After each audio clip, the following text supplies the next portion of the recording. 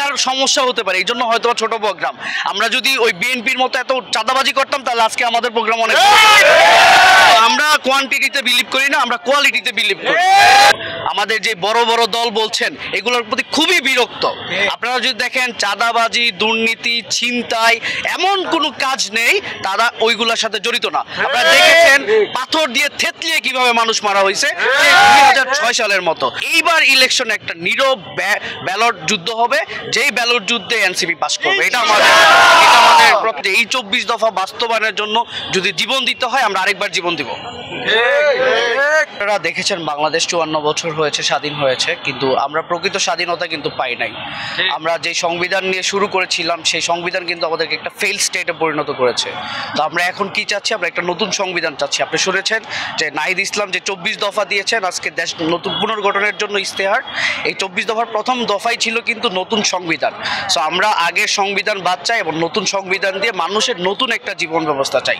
So Bangladesh এই সংবিধানে চলতে পারে না, এটা হলো নাম্বার 1 ইস্যু। এবং সামনের 20 বছর বা সামনের 50 বছর বাংলাদেশ কিভাবে চলবে এটার কিন্তু একটা দিক নির্দেশনা আজকে নাহিদ ইসলাম তার 24 দফায় দিয়ে দিয়েছে।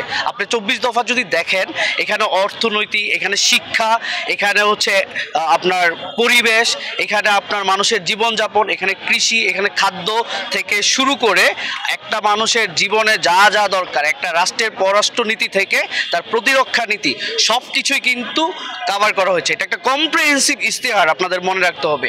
এবং এই ইস্তেহার অনুযায়ী যদি বাংলাদেশ চলে তাহলে বাংলাদেশ কিন্তু আপনার অনেক দূর চলে যাবে। এবং আমাদের যে এক্সপেক্টেড বাংলাদেশ ছিল যে বৈষম্যহীন বাংলাদেশ এবং সবার জন্য বাংলাদেশ, বেকারত্ব মুক্ত বাংলাদেশ এবং একটি নতুন বাংলাদেশ, এই নতুন বাংলাদেশ আমরা গড়ে তুলতে পারবো, এটাই আমাদের এক্সপেকটেশন। কিন্তু একটা নতুন দল তারা কিন্তু পাশ করে ফেলছে। সো আপনি কিন্তু আজকে যদি দেখেন বাংলাদেশের মানুষ কিন্তু আমাদের যে বড় বড় দল বলছেন এগুলোর প্রতি খুবই বিরক্ত।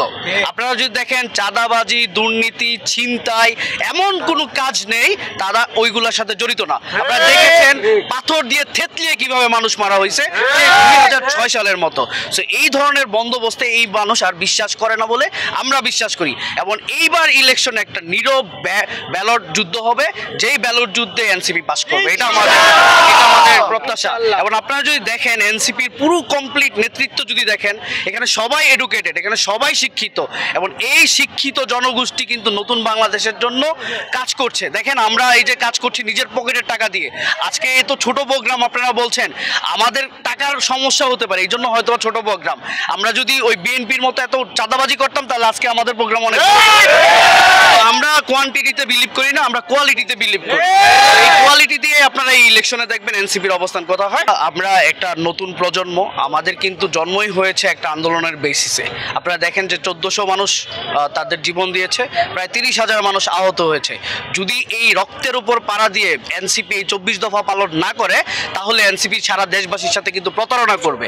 সো আমরা কিন্তু এখানে আমরা ইউনিট, আমাদের সেন্ট্রাল কমিটিতে 209 জন এবং সারা বাংলাদেশে লাখ লাখ কর্মী কিন্তু এখানে ইউনাইটেড ফিল করেছে যে এই 24 দফা বাস্তবায়নের জন্য যদি জীবন দিতে হয় আমরা আরেকবার জীবন দিব।